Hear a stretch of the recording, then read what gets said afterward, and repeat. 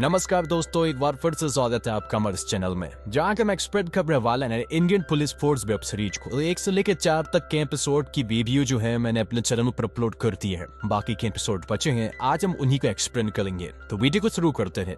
और अगर वीडियो अच्छा लगे तो वीडियो को लाइक जरूर कीजिएगा और इसी तरह की वीडियोस पाने के लिए आप हमारे चैनल को सब्सक्राइब भी कीजिएगा। तो 5th एपिसोड की शुरुआत होती है जिसका नाम है दी लॉस्ट। तो हम देखते हैं कि जरार जो है वो बॉम्ब बना रहा होता है और साथ ही अपनी वाइफ नफीसा से भी बात कर रहा था। यहाँ पर नफीसा उससे कह रही थी कि वो कितने दिनों के बाद आएगा।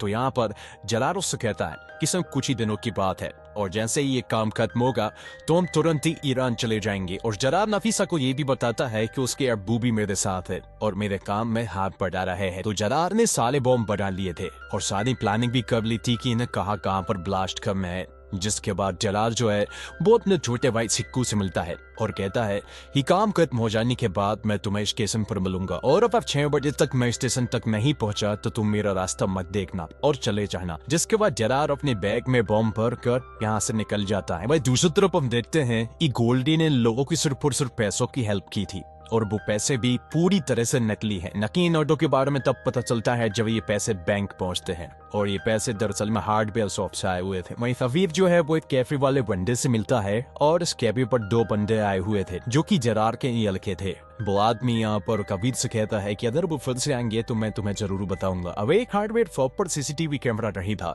इसलिए वो सामने वाला रेस्टोरेंट में जाने लगते हैं जहाँ पर की सीसीटीवी कैमरे लगे हुए हैं। अब जलार के लड़के फिर से उसी कॉफी शॉप में पहुंच जाते हैं जहाँ से थोड़ी देर पहले ही कबीर निकला है। वो यहाँ पर पहुंचकर 5 लोग का खाना ऑर्डर करने को कहने लगता है और ये बात जब वो आदमी सुनता है तो वो तुरंत ही बाहर जाता है और तुरंत ही कबीर को कॉल लगाकर इसके बारे में बताता है। दूसरी तरफ सिद्धि जो है वो रेस्टोरेंट में थी। यहाँ पर वो एक आदमी को देखती है जिस पर उसे शक हो रहा था। उसने कैप भी पहना हुआ था और ये कोई और नहीं बल्कि जरार ही था। यहाँ वो कॉफी शॉप वाला बंदा कबीर के पास कॉल कर देता है। जैसे उसे ये बात मालूम चलती है तो कबीर फौरन ही अपनी कार को घुमाता है और उसी कॉफी शॉप में जाने लगता है। और यहाँ सिद्धि जो है वो जलार की तरफ बढ़ रही थी लेकिन उसने अभी उसे देखा नहीं था। जिसके बाद कबीर राणा के पास कॉल करके उसे बताता है कि वो 2 बंदे मिल गए हैं। तब राणा सेट्टू ये बात बताता है। तब सेट्टी और राणा भी कॉफी शॉप के लिए निकल पड़ते हैं और वो लोग जरार को यहाँ पर छोड़ देते हैं क्योंकि उसे बस डाउट था।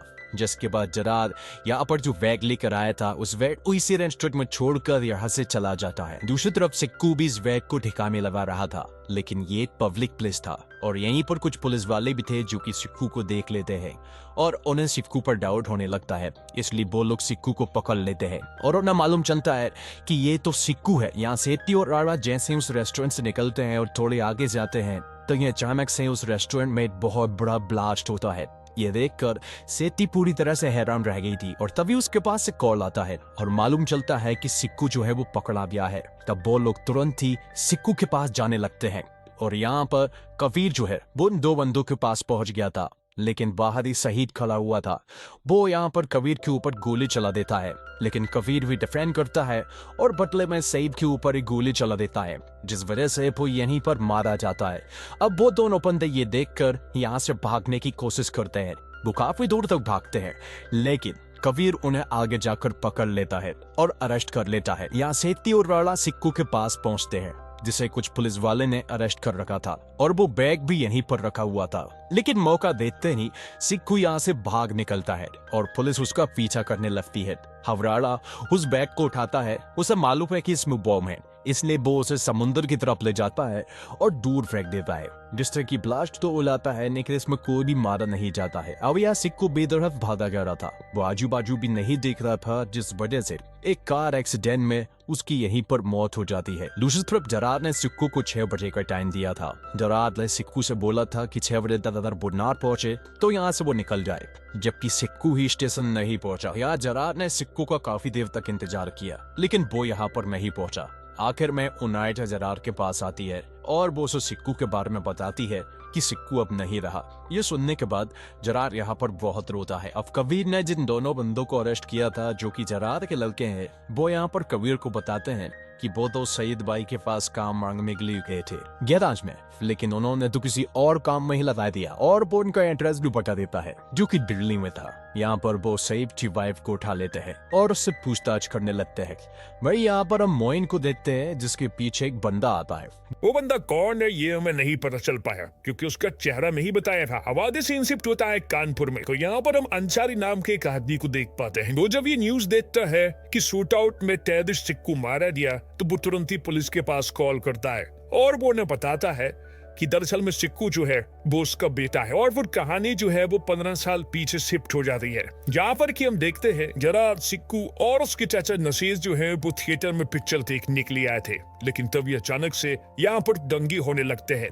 तभी उनके पिता मतलब कि अंसारी जो है वो थिएटर के बाहर आते हैं एक बैन लेकर, और वो तुरंत ही उन्हें इसमें बैठाकर यहाँ से जाने लगते हैं। पूरे शहर में बुरी तरह से दंगे हो रहे थे, जिसके बावजूद वो लोग किसी तरह से अपने घर पहुंच जाते हैं और अंसारी अपने भाई नसीर को फैक्ट्री जाने को कहता है और कहता है वहां पर जो भी लोग होंगे उन्हें वापस लेकर आ जाना। और अंसारी अपने घर पर अपने बच्चों के साथ था। तभी दरवाजे पर कुछ लोग आते हैं और वो अंसारी को बताते हैं कि उसकी फैक्ट्री में कुछ लोगों ने आग लगा दी है।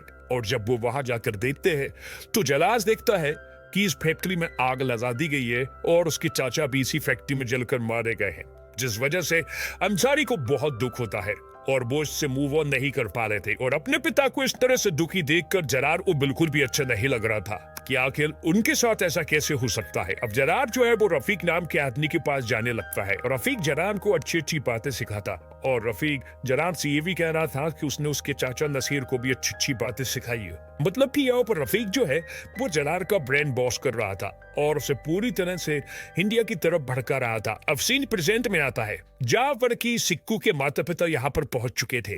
वो उसकी लाश को देखकर बुरी तरह से रो रहे थे।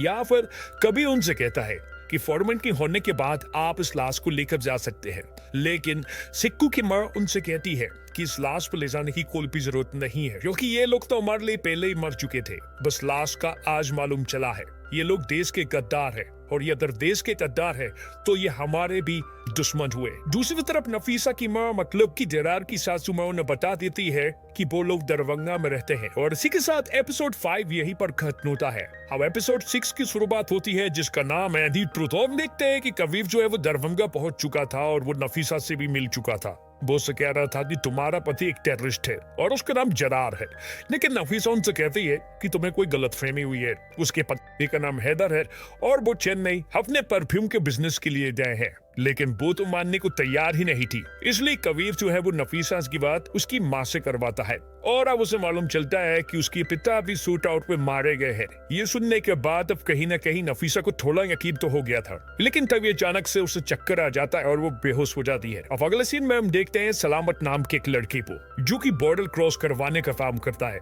और हाल फिलहाल में उसे एक आदमी को क्रॉस करवाना है। वो था जरा सलामत उसे सुरंग के द्वारा बॉर्डर क्रॉस करवाता है और वो सुरंग जाती है बांग्लादेश। मतलब कि जरार जो है वो बांग्लादेश में जाने वाला था। वहां दूसरी तरफ उसका इंतजार रफीक कर रहा था। जैसे ही वो वहां पहुंचता है तो रफीक उससे कहता है कि हमारे पास अभी बहुत काम है और समय बहुत कम है, जिस पर कि जरार जो है वो रफीक से साफ साफ कह देता है कि वो नफीसा के बिना कहीं पर भी नहीं जाएगा। पहले नफीसा बांग्लादेश आएगी, उसके बाद ही वो कहीं पर जाएगा। रफीक उसे समझाने की कोशिश करता है कि नफीसा को पुलिस वालों ने पकड़ लिया है और अब वो तुम्हारी सच्चाई जान चुकी होगी। इसके बावजूद जरार को सिर्फ और सिर्फ नफीसा चाहिए थी। अब यहाँ दरभंगा के सिटी हॉस्पिटल में नफीसा को एडमिट किया गया था और यहाँ हमें मालूम चलता है कि दरअसल में नफीसा जो है वो प्रेग्नेंट है। और थोड़ी देर के बाद इसी हॉस्पिटल में कुनाइजा एक आदमी को लेकर आती है और वो आदमी भी कुनाइजा के साथ मिला हुआ है। कुनाइजा दरअसल में यहाँ पर नर्स बनकर आएगी और वो सीधा नफीसा के पास चली जाती है। वो नफीसा से कहती है कि जरार तुमसे बात करना चाहता है। जैसे ही जरार उससे बात करता है तो वो उसे विश्वास दिलाने की कोशिश करता है कि वो एक टेररिस्ट नहीं है। अगर वो टेररिस्ट होता तो वो तुम्हारे पास कॉल नहीं करता और वो तुम्हें यहाँ पर नहीं बुला रहा होता। वो उसे ये भी बताता है कि उन्हें कोई गलतफहमी हो चुकी है, इसलिए उन्होंने सिक्कू और तुम्हारे पिता को मार दिया है। तो कहीं न कहीं नफीसा फिर से पिघल चुकी थी और जरार ने नफीसा से उनाइजा की बात मानने को कहा था।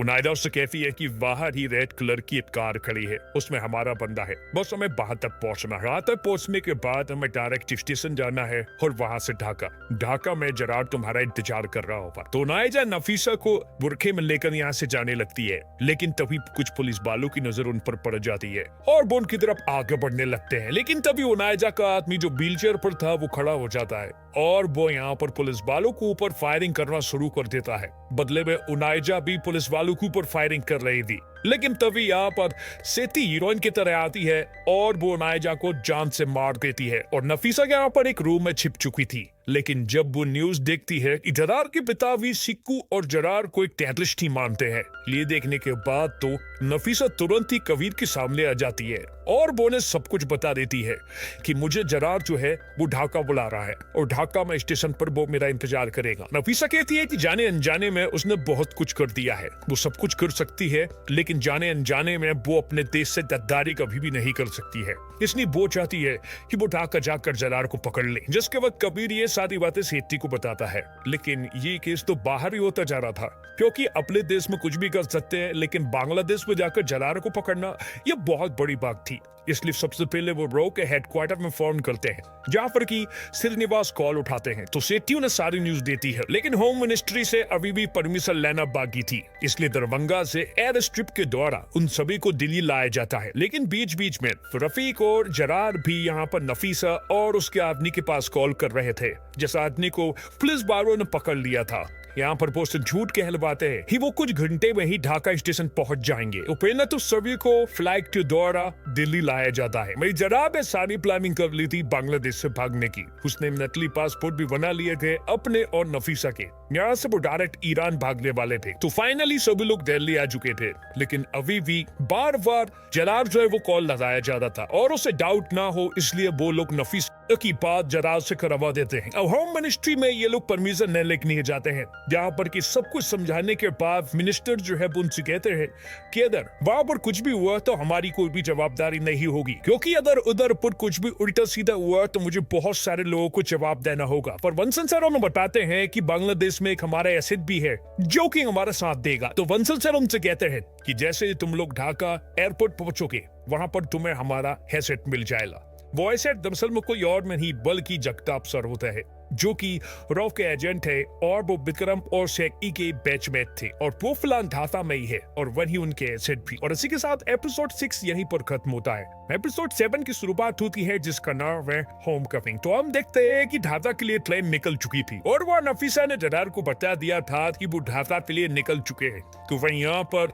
कबीर और रौला भी ढाका के लिए निकल चुके थे फ्लाइट के द्वारा। यहाँ पर एयरपोर्ट पर पहुंचने के बाद उनकी मुलाकात होती है जगताप सर से। अब उन्हें बस सिर्फ और सिर्फ ढाका की ट्रेन का टाइमिंग मैच करना था और ट्रेन पहुंचने के पहले ही उन्हें वहां तक पहुंचना था। अब जेकिन के पास कॉल करके बताती है कि ट्रेन जो है वो ढाका स्टेशन किसी भी वक्त पहुंचने वाली होगी, तुम्हारे पास समय बहुत कम है इसलिए तुम्हें जल्द से जल्द जाना होगा। तब जगताप सर सभी को लेकर तुरंत ही ढाका रेलवे स्टेशन पहुंचने लगते हैं और जब ये लोग रास्ते में जब अपनी कार में होते हैं तो तभी हम देखते हैं कि बहुत ही लंबा चौड़ा ट्रैफिक इनके सामने पड़ता है, मतलब कि आगे जाने का रास्ता पूरी तरह से ब्लॉक है।